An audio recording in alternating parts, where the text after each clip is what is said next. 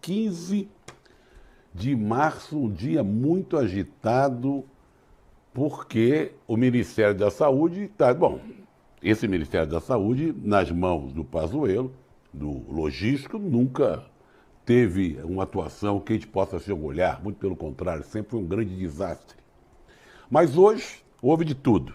A médica Ludmila Ajar recusou o convite, teve uma reunião com o presidente Capitão Corona, Capitão Cloroquina, como ele não gosta de ser chamado, agora vai chamar de Capitão Cloroquina também.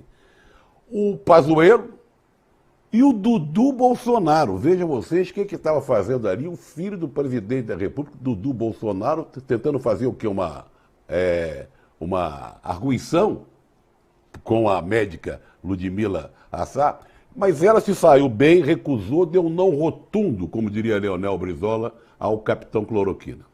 E depois deu uma entrevista contundente, tranquila e tal, assisti na Globo News, explicando todos os motivos pelo qual não aceitou ser ministro da Saúde. Disse que não tem ligação com partido político nenhum, que a dedicação dela seria a saúde. Ela foi para Brasília na esperança que o Capitão Cloroquina revisse alguns conceitos, como que é a favor da aglomeração, contra o uso de máscara, etc, etc, etc. Ela imaginou que ela fosse ouvir do presidente boas notícias, mas ouviu más notícias, e por isso não aceitou. O Brasil está tão enlouquecido que no momento que o ministro atual, que é o logístico, o general da ativa, Pazuello, dava uma entrevista acuado, sob pressão, chegou até a reconhecer que o presidente está escolhendo nomes, pô, não participou da reunião com a doutora Ludmila. No Palácio do Planalto, o Capitão Cloroquina estava reunido com o médico Marcelo Queiroga, cardiologista, presidente da Associação Brasileira de Cardiologia, ou convidando, arguindo, será que o Dudu Bolsonaro vai dar o aval dele? Ou arguindo para ser o novo ministro da Saúde. Agora, cá entre nós, depois de ouvir a entrevista da doutora Ludmila Ajar, que foi uma entrevista muito lúcida, muito explicativa, aliás, o Átila Yamarino definiu bem. O assédio que Ludmila Ajar passou por propor medidas sanitárias razoáveis e científicas é insano. Enterra qualquer chance de vermos medidas mínimas vindas do governo federal, ou do Palácio do Planalto, leia-se. E mais, um dos motivos que ela citou a discordância, né, de temas, de políticas que teriam que ser aplicadas pelo Ministério da Saúde, né? Ela recebeu ameaças de morte. Ela, a família dela, teve tentativa até de invadir o hotel onde ela está hospedada em Brasília de madrugada. Criaram perfis falsos nas redes sociais dela. Ela não suportou isso. Então vocês vejam como esse pessoal age.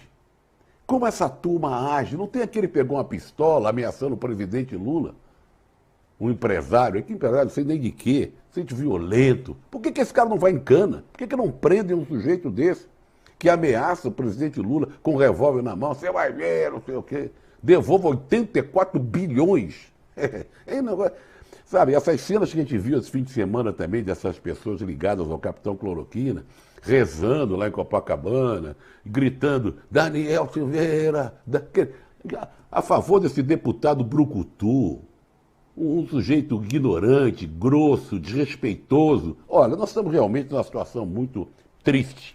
Mas voltando ao Ministério da Saúde, eu recolhi aqui, sempre eu gosto de citar alguns artigos de jornalistas que eu respeito.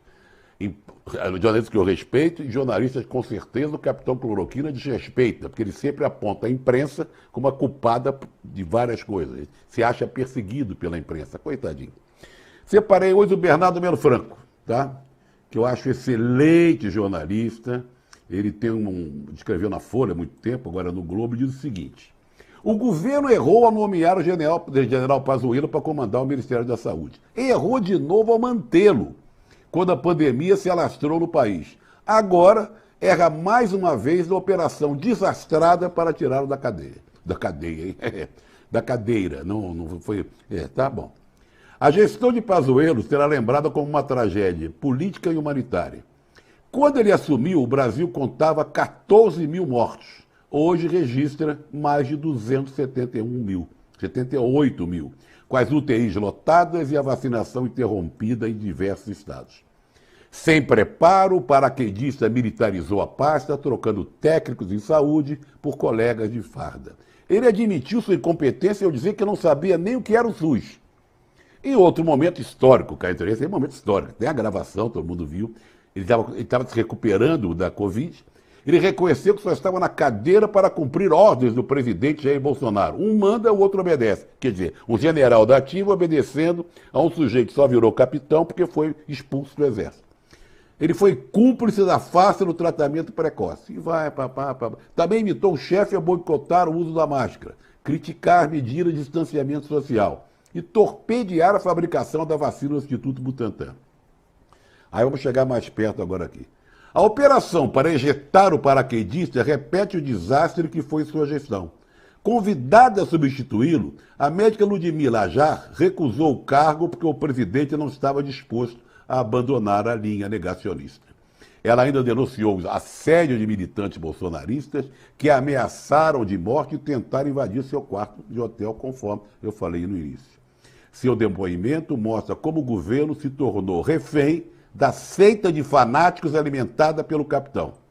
Há pouco, agora que aconteceu há pouquinho, Pazuello se expôs ao ridículo de convocar uma entrevista como ex-ministro em atividade.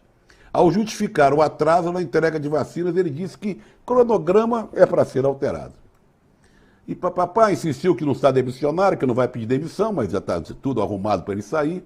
Numa frase de 5 palavras, ele deixou claro que continua a habitar uma realidade paralela. Hoje, o Brasil pode se orgulhar, disse ele, iniciando a sua coletiva, entre aspas, de 5 perguntas feitas, sei lá por quem.